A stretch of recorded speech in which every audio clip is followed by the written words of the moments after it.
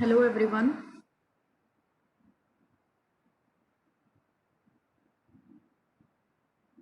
I am Dr. Zeenat Mahendru, Junior Resident Medicine Department of Guru Gobind Singh Medical College and Hospital, Faridkot. My topic is cerebellar ataxia, that is a rare manifestation of neurocystic psychosis. Coming to the introduction, neurocystic psychosis is the most common helminthic disease of the nervous system in humans and is caused by the larva of the pork tapeworm Taenia solium. It is endemic in countries with poor sanitation and is increasingly being reported in developed countries due to globalization and immigration. Two main forms of the disease are known, that is intraparenchymal and extraparenchymal. The extraparenchymal disease can be subdivided into intraventricular, subarachnoid, and spinal forms.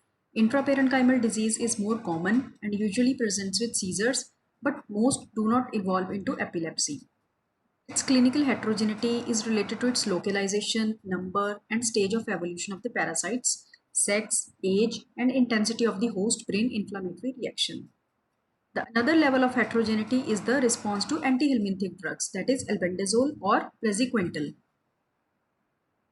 In the parenchymal locations, seizures, headache, focal motor deficits, and psychiatric and cognitive symptomatology are the most frequent clinical manifestations, while in cysts, in extraparenchymal locations, intracranial hypertension is more common.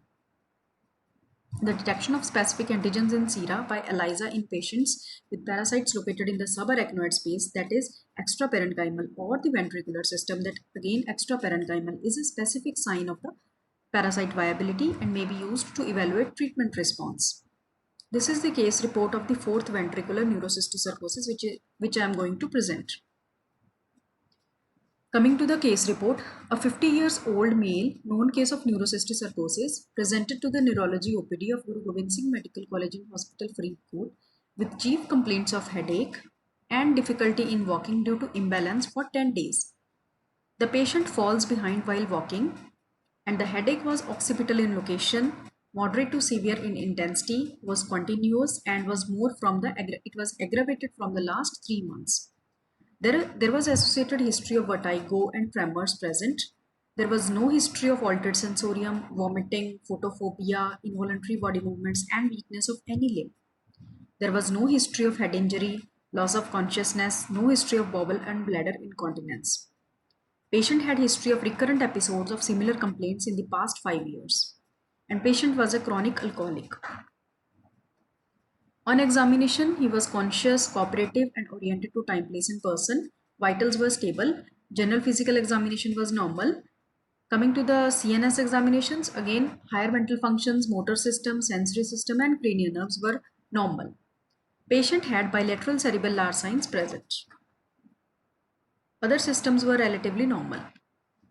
Coming to the investigations part, his HB was 14.8 gram percent, TLC 11,400, platelet was 44,000, blood urea and serum creatinine were 18 and 0.7 respectively. Total serum bilirubin was 0.4 milligram percent, conjugated was 0.1 milligram percent. Serum alkaline phosphatase was 98, AST ALT ratio was 32 by 20. Sodium was 134, potassium was 3.8 milliequivalent per liter, and chloride was 98 milliequivalent per liter. Now, MRI brain showed the subcentrimetric focus of ballooning on GRE in the fourth ventricle, which was abutting the vermis and was suggestive of calcified granuloma, which showed thin peripheral renal enhancement on post-gadolinium scan. Patient got medical treatment in the form of steroids and antihelminthic drugs and was improved. This was an MRI picture of the patient showing calcified granuloma or calcified cyst in the vermis part.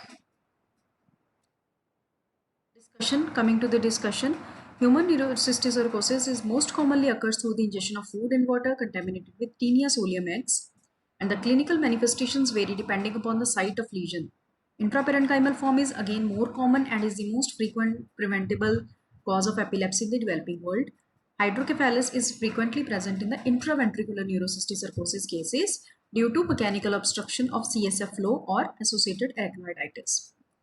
It is important to recognize these various manifestations of neurocystic psychosis for the better management of the patients.